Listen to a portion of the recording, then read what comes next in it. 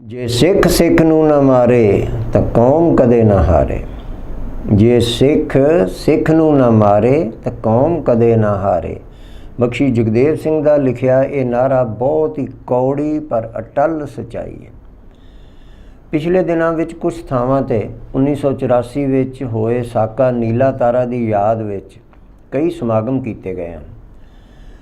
जून विच हरमंदर साहब उत्ते हमला होया, बहुत सारे सिखां दियां अनमोल जानां गईयां अते सिखां नूं आतंकवादी कह के सब पासे बदनाम किया गया।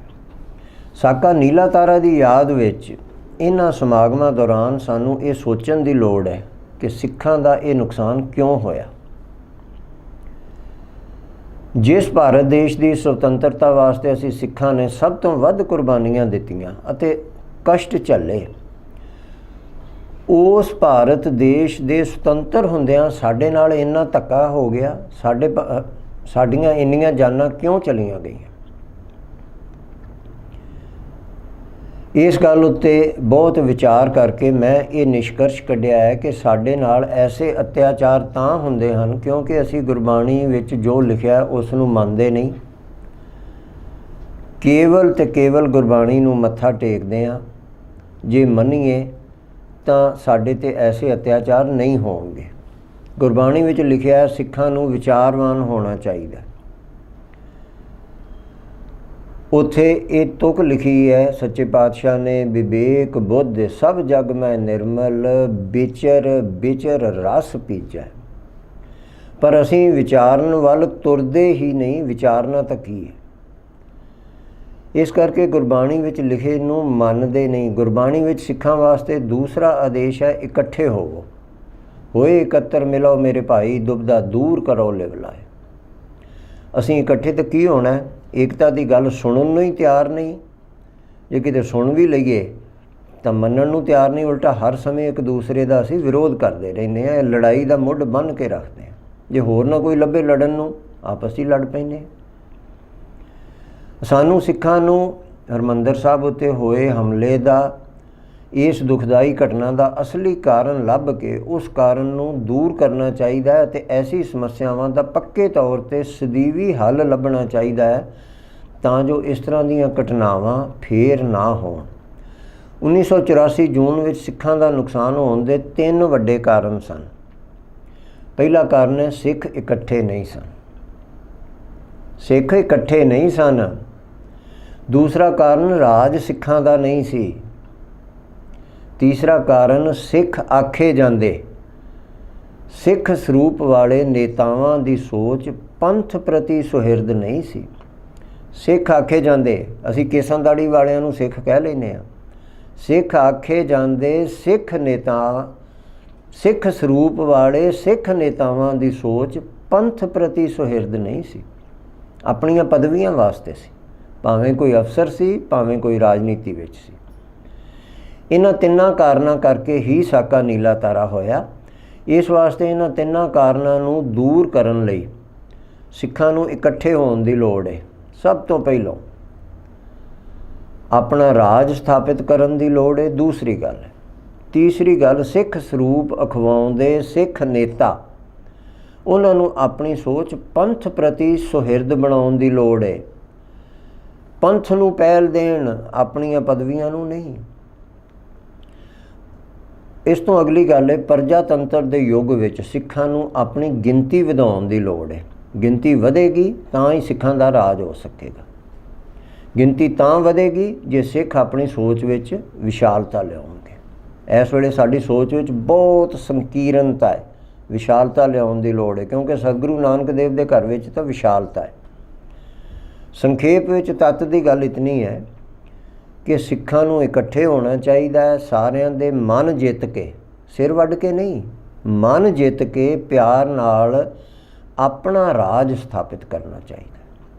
आपसी विरोध छड्ड के अपनियां पदवियां नालों पंथ नूं पहल देनी चाहिए है। जदों पंथ ते विपता बनी होवे उस वेले अपनी पदवी का कोई मतलब नहीं, पंथ पहलों है।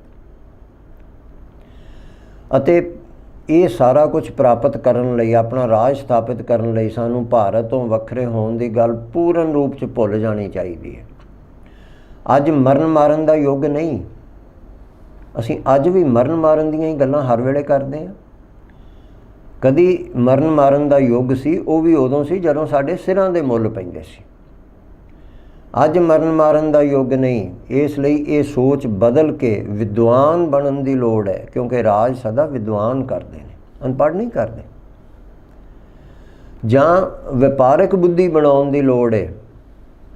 ਤੀਸਰੀ ਗੱਲ, ਸਾਨੂੰ ਰਾਜਨੀਤੀ ਵਿੱਚ ਆਉਣ ਦੀ ਲੋੜ ਹੈ। ਜੇ ਵਪਾਰੀ ਬਣਾਂਗੇ, ਜਿਵੇਂ ਸਾਡੇ ਚੀਨੇ ਵੀਰ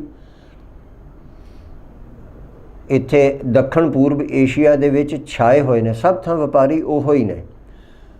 ਮਿਆਂਮਾਰ, ਥਾਈਲੈਂਡ, ਸਿੰਗਾਪੁਰ, ਮਲੇਸ਼ੀਆ ਆਦਿ ਵਿੱਚ ਸਾਰੇ ਥਾਂ ਵਪਾਰ ਚੀਨੀਆਂ ਦੇ ਹੱਥ ਹੈ। ਔਰ ਇੱਥੋਂ ਤੱਕ ਕਿ ਹੁਣ ਅਮਰੀਕਾ ਦੇ ਵਿੱਚ ਵੀ ਉਹਨਾਂ ਨੇ ਉੱਥੋਂ ਦਾ ਵਪਾਰ ਸਾਂਭ ਲਿਆ, ਉੱਥੋਂ ਦੀ ਅਰਥ ਵਿਵਸਥਾ ਉਹਨਾਂ ਦੇ ਹੱਥ ਵਿੱਚ।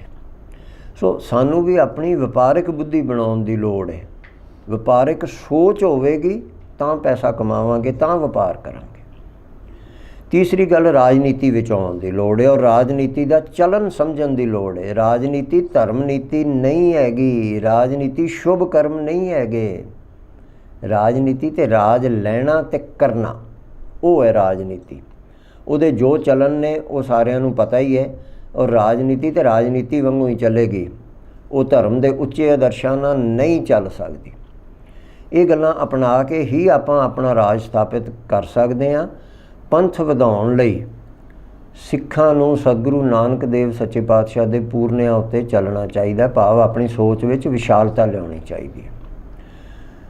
ਅਤੇ ਸਾਨੂੰ ਇਹ ਮੰਨਣਾ ਚਾਹੀਦਾ ਹੈ, ਸਤਿਗੁਰੂ ਨਾਨਕ ਦੇਵ ਜੀ ਨੂੰ ਮੰਨਣ ਵਾਲਾ ਕੇਵਲ ਮਨੁੱਖ ਨਹੀਂ, ਹਰ ਪ੍ਰਾਣੀ ਹੀ ਸਿੱਖ ਹੈ। ਕੇਵਲ ਮਨੁੱਖ ਨਹੀਂ, ਸਤਿਗੁਰੂ ਨਾਨਕ ਦੇਵ ਨੂੰ ਮੰਨਣ ਵਾਲਾ ਹਰ ਪ੍ਰਾਣੀ ਸਿੱਖ ਹੈ। ਸੋ ਆਪਾਂ ਰਾਜ ਲੈਣ ਦਾ ਸੋਚੀਏ। ਰਾਜ ਉਹਨਾਂ ਸਿੱਖਾਂ ਦਾ ਚਾਹੀਦਾ ਹੈ ਜਿਨ੍ਹਾਂ ਨੂੰ ਗੱਦੀ ਦੇ ਦਰਦ ਨਾਲੋਂ ਪੰਥ ਦਾ ਦਰਦ ਵੱਧ ਹੋਵੇ, ਜਿਨ੍ਹਾਂ ਸਿੱਖਾਂ ਅੰਦਰ ਪੰਥ ਹਿੱਤ ਵਿੱਚ ਵੱਡੇ ਵੱਡੇ ਔਖੇ ਫੈਸਲੇ ਲੈਣ ਦੀ ਜੁਰਤ ਹੋਵੇ।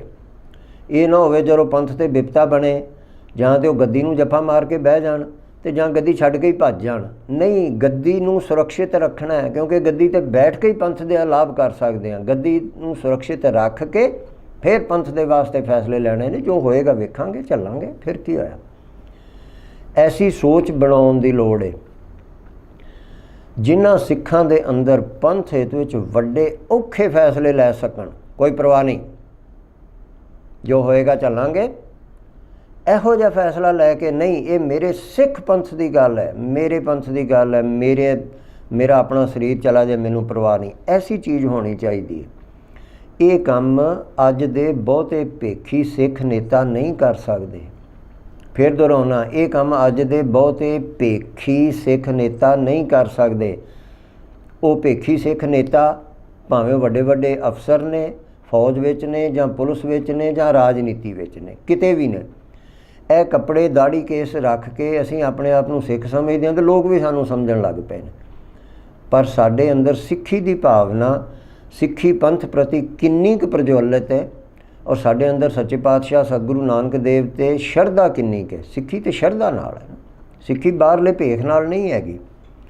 ਇਸ ਲਈ ਸੰਗਤ ਨੂੰ ਬੇਨਤੀ ਹੈ ਕਿ ਸੰਗਤ ਇਹਨਾਂ ਸਿੱਖ ਨੇਤਾਵਾਂ ਅੰਦਰ ਪੰਥਕ ਭਾਵਨਾ ਨੂੰ ਪ੍ਰਜਵਲਿਤ ਕਰੇ, ਤਾਂ ਕਿ ਪੰਥ ਨੂੰ ਮੁੜ ਕੇ ਇਸ ਤਰ੍ਹਾਂ ਦੇ ਕਸ਼ਟ ਨਾ ਆਉਣ। ਸਤਿ ਸ੍ਰੀ ਅਕਾਲ।